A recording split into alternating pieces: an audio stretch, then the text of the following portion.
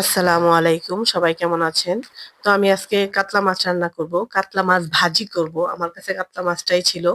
তো কাতলা মাছে আমি লবণ মাখিয়ে নিচ্ছি, আর সাথে এক ফালি লেবু দিয়ে নিলাম। তো লেবুটার রসটা চিপে আমি মাছটাকে মাখিয়ে নিলাম, মাখিয়ে 10 মিনিটের মতো মেরিনেট করে রেখেছি।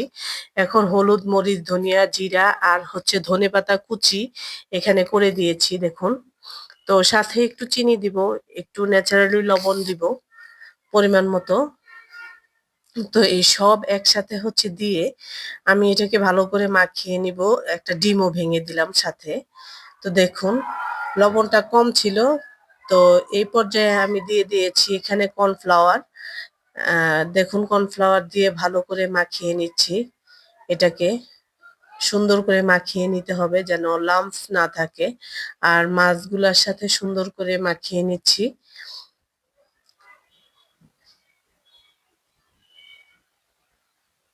দেখতে থাকুন। তো ঘরে একটা বেগুন ছিল, সবুজ বেগুন। তো ভাবলাম মাছটার সাথে বেগুনটাও খুব ভালো লাগবে। আমার সবকিছু মাখানো শেষ। তো দেখুন, একটু মাখিয়ে নিলাম। তো কড়াইয়ে একটু তেল দিয়ে গরম করে নি। এখানে তেলের পরিমাণটা একটু বেশি লাগবে, তো আমি খুব বেশি দিব না, পরিমাণ মতোই দিব।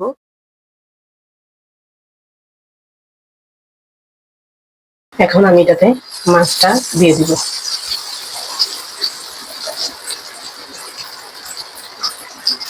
যেহেতু তেল বেশি লাগে, আমি তেল পরিমাণ মতো দিয়েছি, কারণ এই তেলটা থেকে গেলে আর খাওয়া হবে না।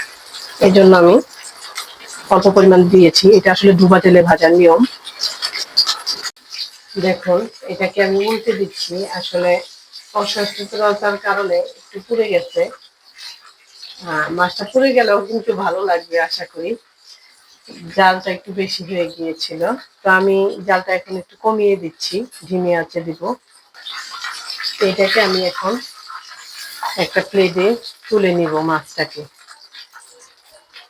দেখলে বুঝবেন এটা কি পরিমাণ ক্রিস্পি হয়েছে।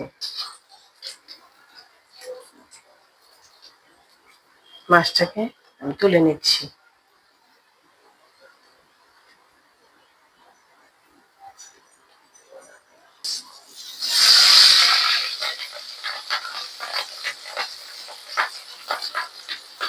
বেগুনটাও একই সাথে ভেজে নিব। দেখুন, আমি সবই ভেজে নিচ্ছি। মাছ আর বেগুনটা আমার ভাজা শেষ। তো কড়াই থেকে আমি সবটুকু তেল লাগবে না, কতটুকু তেল নামিয়ে নিব। তেলটা ঢেলে নিয়ে আবার ছেঁকে নিয়ে একটু তেল আবার দিয়ে দিচ্ছি।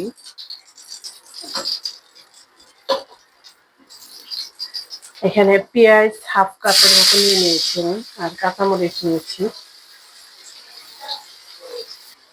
এটাকে আমি একটু ভেজে সটে করে নিব।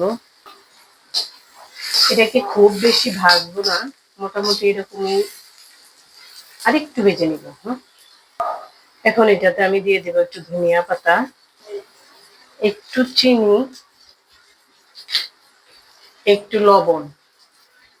তো এইটা আমার ভাজা শেষ। এটা আমি মাছের উপরে দিয়ে দিব। এইভাবে একবার ভাজা ভেজে এটার উপরে দেওয়া দিয়ে দিচ্ছি। তারপরে আমাকে ফিডব্যাক জানাবেন।